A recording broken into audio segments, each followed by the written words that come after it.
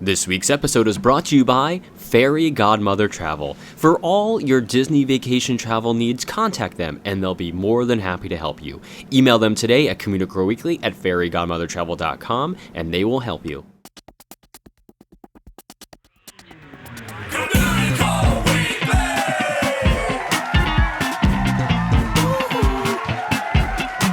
Communicore Weekly. Come on and get geeky with Bible round boats and five-legged goats.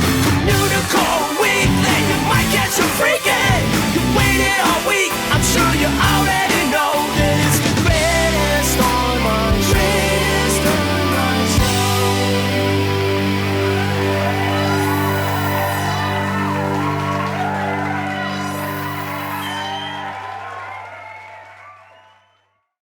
Hello and welcome to Communicore Weekly, the greatest online show and home of the world's first pair of independently born identical twins. I'm George. And I'm Jeff. And we got a lot of good compliments about the Cypress Garden stuff from last week and the week before. A lot of people saying they've been there and they enjoyed it and there was a nice little trip down memory lane. Yeah, that was fun to learn a lot more about that park and how it wasn't always Legoland. Yeah, I thought Legoland has always existed. Well, maybe before then it was Legolas Land.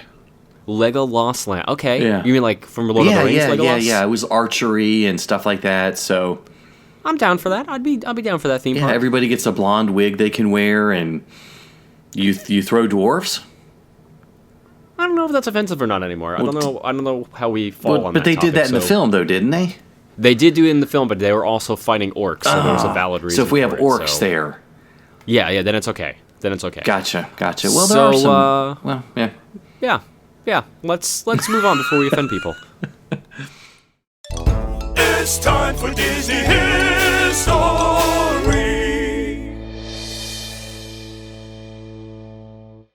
Jules Verne often wondered how much further we can go.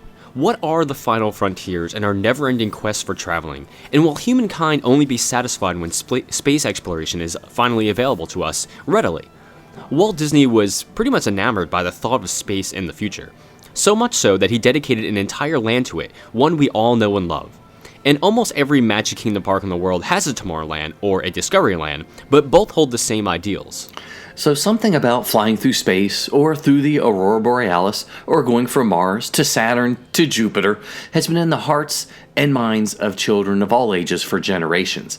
The idea of capturing that feeling was one of the goals Walt wanted to achieve in his storytelling, and the high-flying, thrill-seeking space junkie feeling is captured in both looks and feeling with the Astro Orbiter.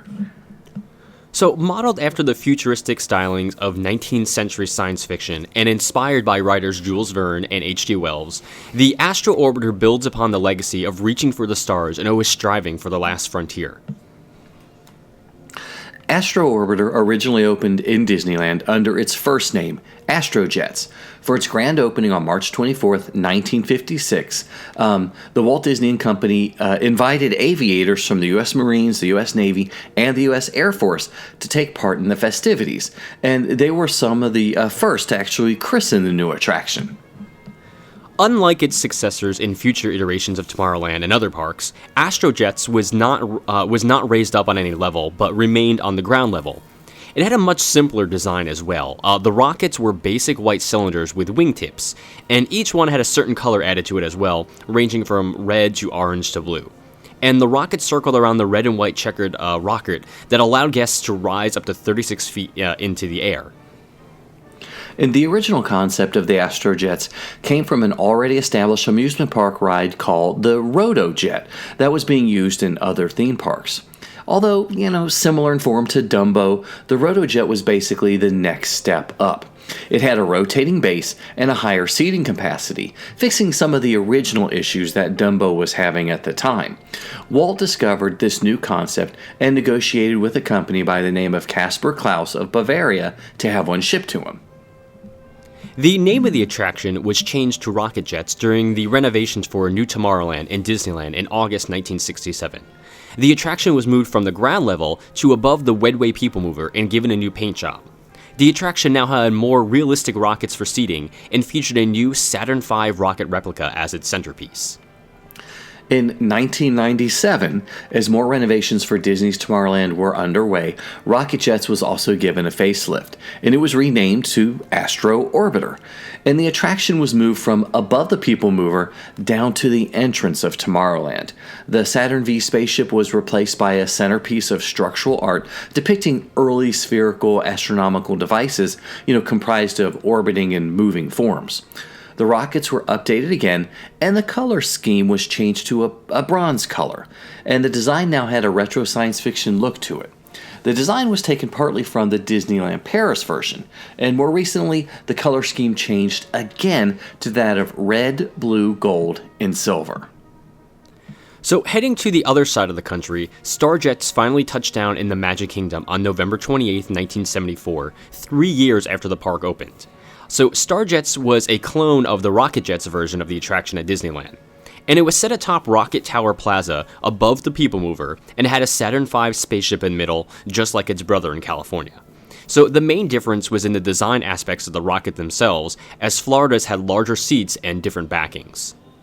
In 1994, it was deemed that the Walt Disney World version of Tomorrowland was not living up to its name and in need of a major land-wide refurbishment.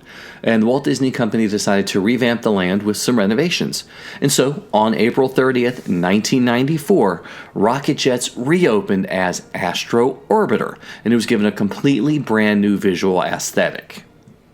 So, it resembled colorful revolving planets and mechanisms, a design that was more science fiction than science fact. And this was the direction the company was aiming for with its new Tomorrowland in Florida, since Epcot's Future World now maintained the current and factual developments for the future. The retro sci-fi version that guests enjoy today is a dazzling display of kinetic sculpture, with its colorful light-up rockets flying around a magnificent showpiece of science fiction-inspired structures. And while Mission Space can't be beat for experiencing the true sensation of spaceflight, the thrill of flying high above Tomorrowland in the Astro Orbiters takes you to a fanciful version of the future where robots, aliens, and space travelers cross intergalactic paths amid neon lights, metallic palm trees, and widely imagined industrial architecture. Unlike Mission Space, you'll be outside in the Florida sky with the breeze in your face, flying high above the Magic Kingdom, just like a daredevil rocket ship jockey from science fiction tales of years gone by. It's an experience you'll never forget, especially if you ride it at night when Tomorrowland lights up in all of its retro future glory. The version of Astro Orbiter in Hong Kong Disneyland is called the Orbitron and uses flying saucers instead of rockets.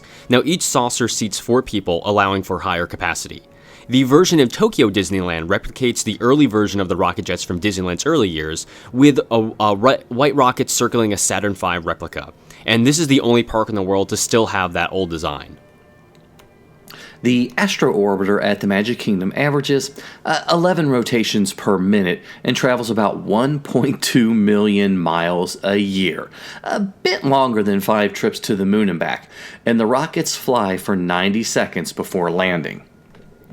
The Saturn V replica used in the former version of the attraction was later used in the TV series Thunder in Paradise, featuring Hulk Hogan. The show, actually at the time, was being made at Disney MGM Studios. And after Rocket Jets was turned into Astro Orbiter at Disneyland and moved to ground level, a skeletal framework of its previous version was left above the People Mover. It was called the Observatron and would act as Tomorrowland's communication device to aliens. And when it received messages, it was supposed to play music from above and rotate a bit. But due to mechanical failures, it is mostly turned off. I've only seen it go one time before, and it was kind of cool, and then never again. So it's sort of like the Yeti of the West Coast? Basically, yes, but not as noticeable, actually. Might be better to have a Yeti standing on top of that. Maybe. Very futuristic. Very futuristic. So we'd love to know what your thoughts. Do you have any memories from the early years at the Astro Orbiter or any of the other incarnations of this amazing ride? Give us a call on the Communicore Weekly Goat line at 424-785-4628. He's a nerd, he's a geek, but we all like to hear him speak. So listen up to the words from his speech. It's George's Book of the Week. So this week's book is The Art of Minnie Mouse, and it's a book that fans of Minnie Mouse are definitely going to love. It's similar to The Art of Mickey Mouse that was released in 1993, with a few differences. The book is larger than normal, and it's close to a coffee table style book. And it's got 160 pages total, with most of the book actually dedicated to the gallery section. And the other two sections are smaller. The first section is the animated filmography, and it is a complete list of every animated short or film that Minnie has appeared in, from Plain Crazy all the way to Get a Horse. And the second section is dedicated to the milestones of Minnie's career. It covers everything from her first book appearance to her first animated short of her own to the theme parks, and when she appeared on the Disney Dollars, the TV special she's been in, as well as her CG films. And it is a really wonderful look at our favorite mouse, because you gotta be honest, everybody loves Minnie. Everybody does. Of course, yeah. I do. Yeah. So the third and final section is the largest. It's a gallery of artwork created by artists that are closely associated with the Disney company, with the majority actually being hired by the Disney Consumer Products Division to design all the different stuff. The images run the gamut from really, really super cute to very sophisticated. And they range from traditional sketches and paintings to mixed media and digital creations. And the images are sometimes portraits, sometimes caricatures, and sometimes they're just interpretations of Minnie's ears. The only negative I can think of is I would love to have seen a list of the artists and some biographical information about them, or other places I could find their work. The artists are listed along with their works, but no other information is given. And overall, this really is a book that is made for fans of Minnie Mouse. Historians and animation fans, they're not going to find a lot to really interest them outside of the artwork. And still, it's a wonderfully done book that will delight anyone with an interest in Minnie Mouse, especially when you have close to 150 pages of artwork about Minnie. I think you got this book before I did, so I didn't get a chance to look at it until very, very recently. Yeah. But I also have the Art of Mickey Mouse book, and I honestly think I like this one a little better. I like this one much better. Yeah, I just feel like there's more. I don't know. There's more freedom with how these artists are interpreting Minnie Mouse in different ways, and it was just kind of cool to see the different styles and artwork of her over the years too. So I don't know. I think this one is a little better than the Mickey Mouse one. I think so too. I think the Mickey Mouse one is a little dated. Some of the art was a little too contemporary, whereas this has some more classic feel to it and will last a lot longer. Yeah, I agree. So, yeah, I agree. It's going to be a fantastic Christmas present or birthday present for the Minnie Mouse fan. Say that fast. Obviously, I can't. So I think we both enjoyed it, and if you love Minnie, definitely pick it up. It's the Art of Minnie Mouse. If it's a legend that you seek, come on and take a peek at the window of the week. So this window was originally at Disneyland, and it has kind of an interesting history. And it said, "Glasses fitted, Nate Winecoff, optometrist." So Nate Winecoff had a window located above the Silhouette Studio. He actually did a lot of work on the early planning of Disneyland, such as finding the perfect location for it. And he was responsible for putting together the deal with the Anaheim city manager, Keith Murdoch, to help put Disneyland where Walt wanted it. I'm sorry, his name is Nat. My apologies, not Nate. Nat left Disney shortly after the park opened to start his own design firm, creating a Disney-like amusement park all over the United States. He did a lot of them, and he sometimes tried to steal some of Disney's talented artists away. So it's likely that his window was removed from Disneyland for this very reason. So I guess it's almost like a five-legged goat window of the week in a way, because it was there and now it's not. And if you see it... Yeah, I was going to say, if you can see it, then you probably do need to get your glasses checked, because it's not there anymore. So yeah, it's one of those five-legged ghosts, remember? Five-legged ghosts, that's right. We should have saved it for Halloween. That's right. Why didn't we think of this? Man. For Halloween. It's not spooky enough. That's fair. And you'd have to read it in a spooky Nat Winecoff type voice. And Next time we'll know. Okay, yeah, we'll do it then, so. Sometimes you might see it, sometimes you don't. Hey, look, what's that? It's a five-legged goat. All right, so this five-legged goat is a little strange. I don't know how true it is, but we're going to throw it out there anyway, and we'll see. Supposedly, the Imagineers working on the Twilight Zone Tower of Terror at Disney's Hollywood Half-Day Park, they like to play pranks on one another. Many of which these pranks involved a jar of pickled sausages. Why pickled sausages? Who knows?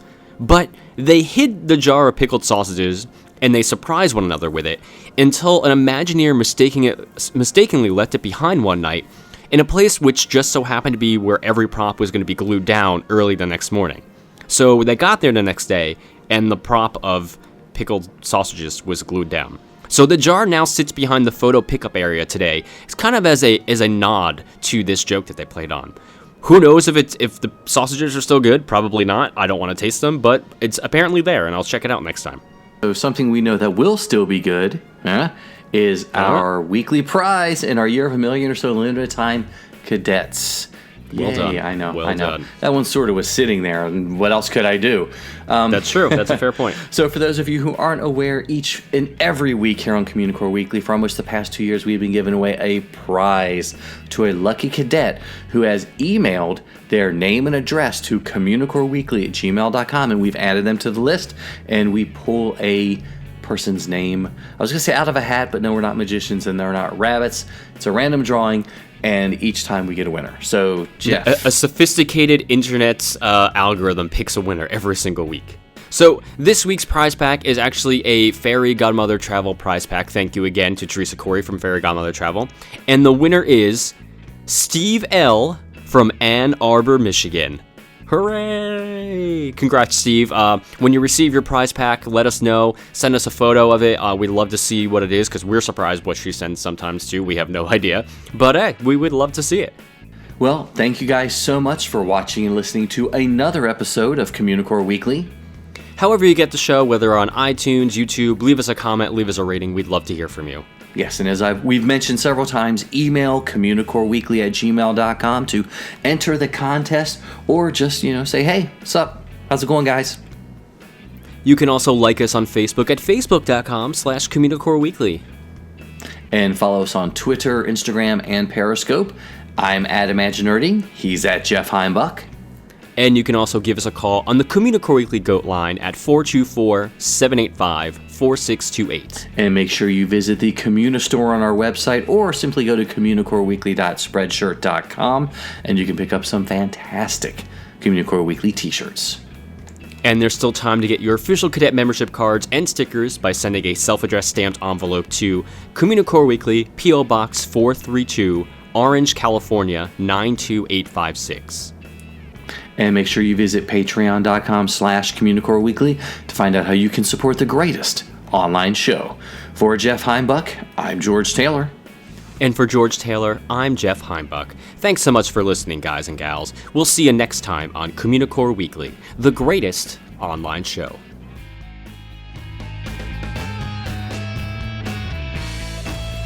Training wheels.